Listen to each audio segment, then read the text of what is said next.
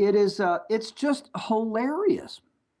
Oh my gosh. I mean, it's just the irony involved in. Oh yeah, it's perfect.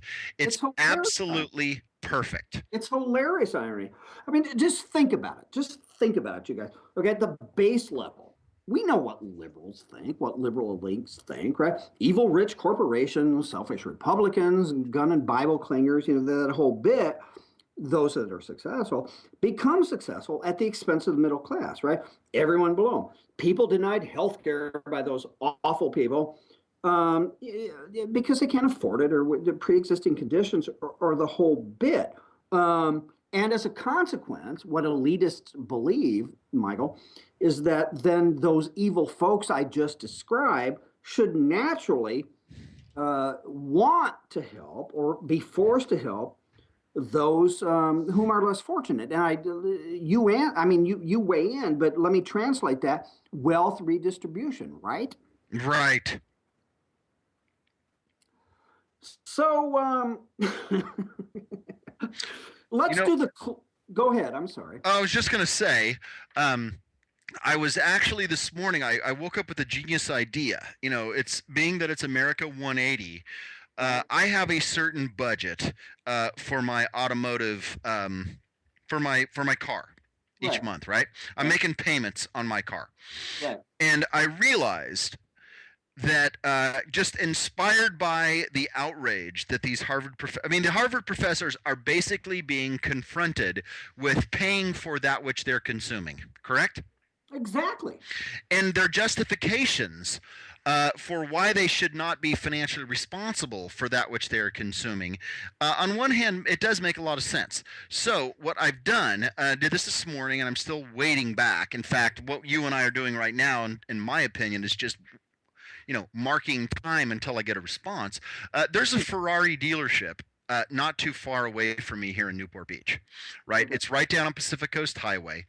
Um, Oddly enough, it actually used to be the Tesla dealership, and they closed it because they weren't making enough money.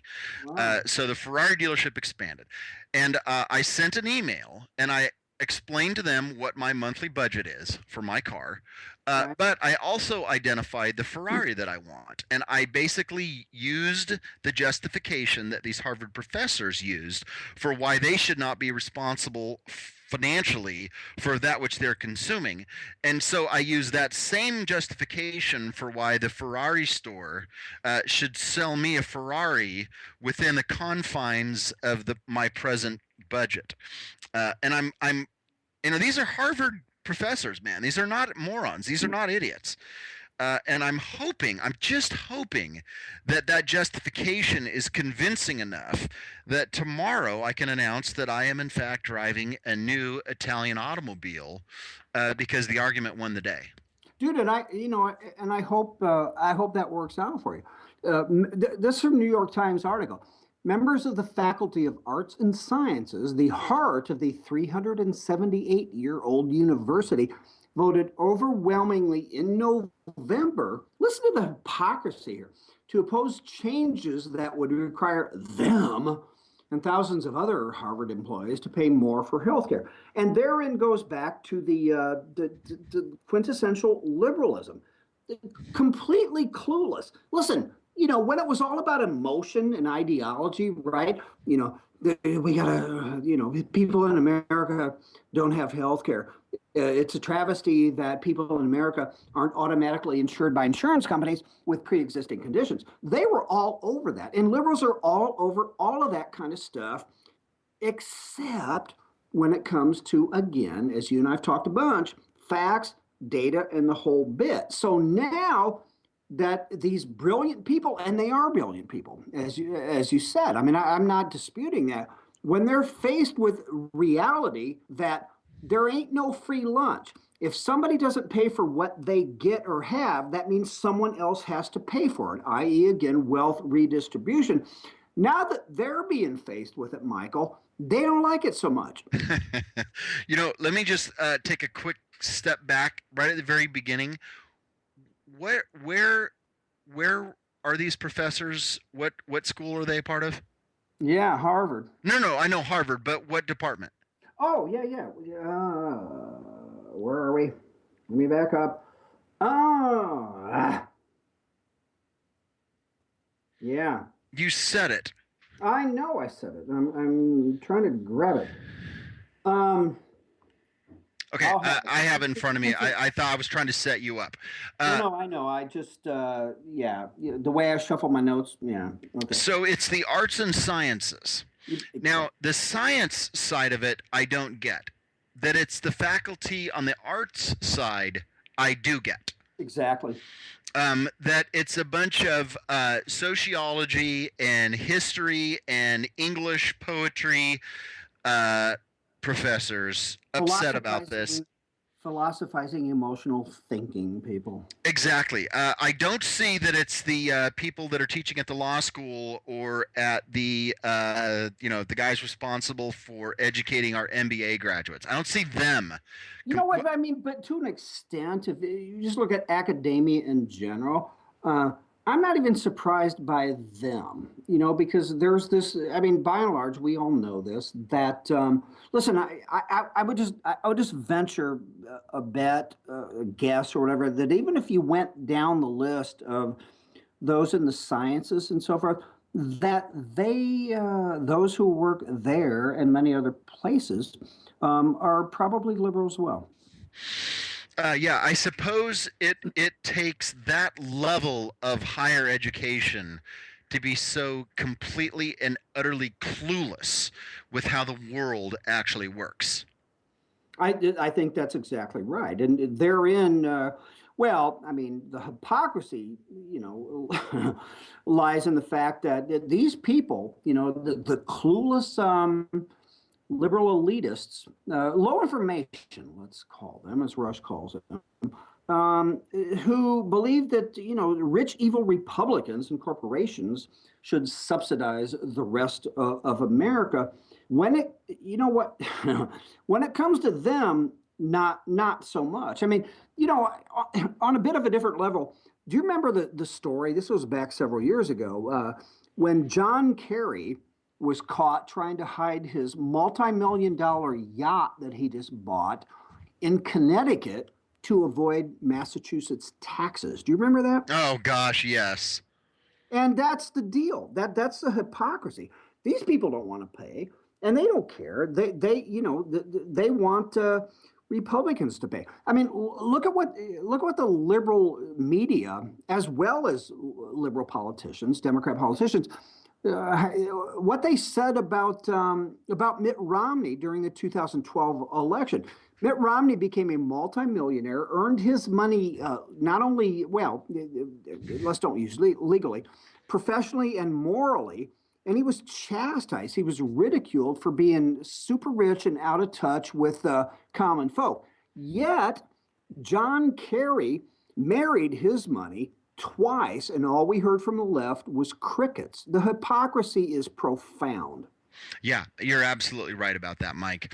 And I think it's interesting. I think that in daily life, most people understand that kind of thing. On Sunday, I took my kids. There's a chain of restaurants out here that my kids love that's called Ruby's. And it's kind of like Johnny Rockets, sort of. You have Johnny Rockets back I do there? know, yeah, we do have Johnny Rockets. Okay, well, Ruby's is kind of like that. And one of my kiddos ordered mac and cheese, and the kids' portion of mac and cheese costs $5, and it gets you fries and a Coke along with it. Mm. The other night, as I had mentioned, I went to Mastro's and I got a bone-in New York that was, well, let's put it this way, considerably more expensive than the mac and cheese child's meal was at Ruby's.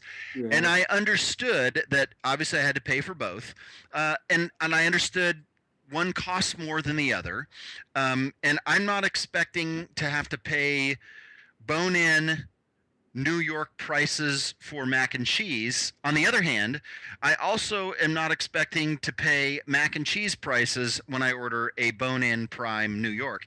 And I think most people understand that that's how things work in the real world. Uh-huh. It's only when it's for some reason this idea of insurance. The in a country so rich you shouldn't have to pay for health care, or everybody, you don't apply that. If a country's so rich, people shouldn't have to pay for food. In a country so rich, people shouldn't have to pay for their housing. In a country so rich, people shouldn't have to pay for their breast enhancement surgery. They don't apply that to anything else, but when it comes to healthcare, they do. Well, and here's the deal. I mean, the country is not so rich. The country doesn't make a dime as it relates to earned income. It's taxpayer money. It's taxpayer money.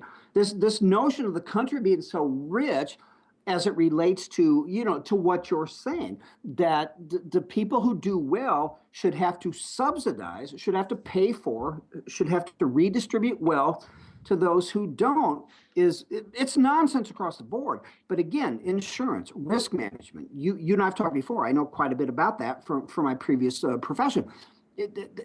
Obamacare is completely antithetical to risk management and insurance.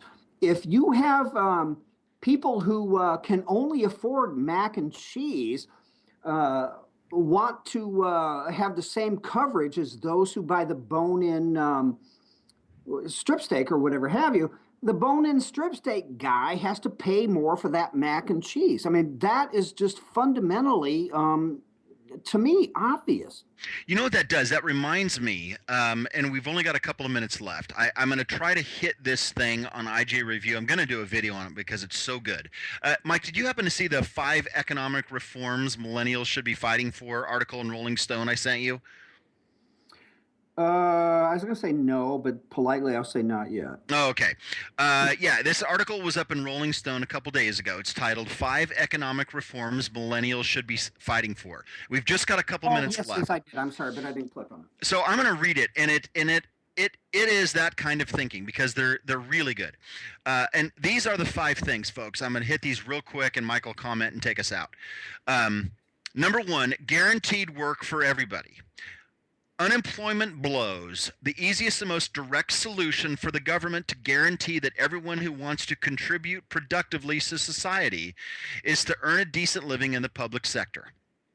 A job guarantee that paid a living wage is what they need to do. Number 2, Social Security for all.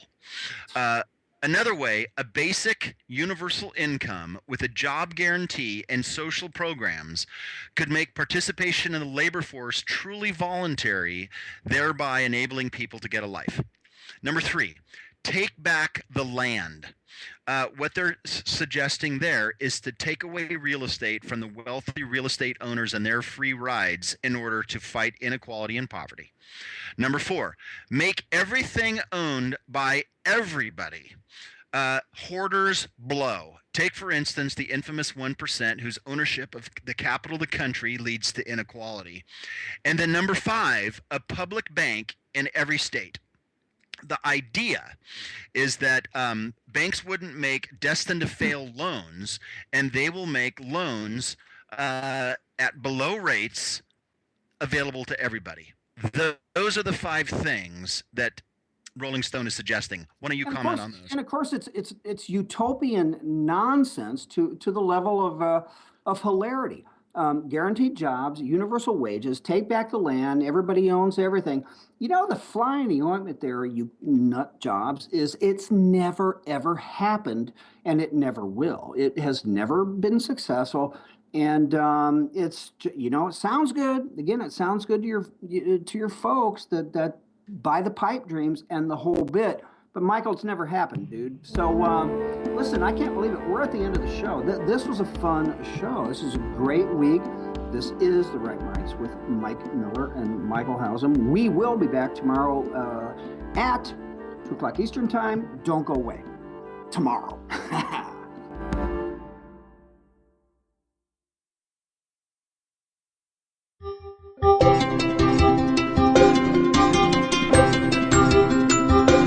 This show is produced by IJReview.com.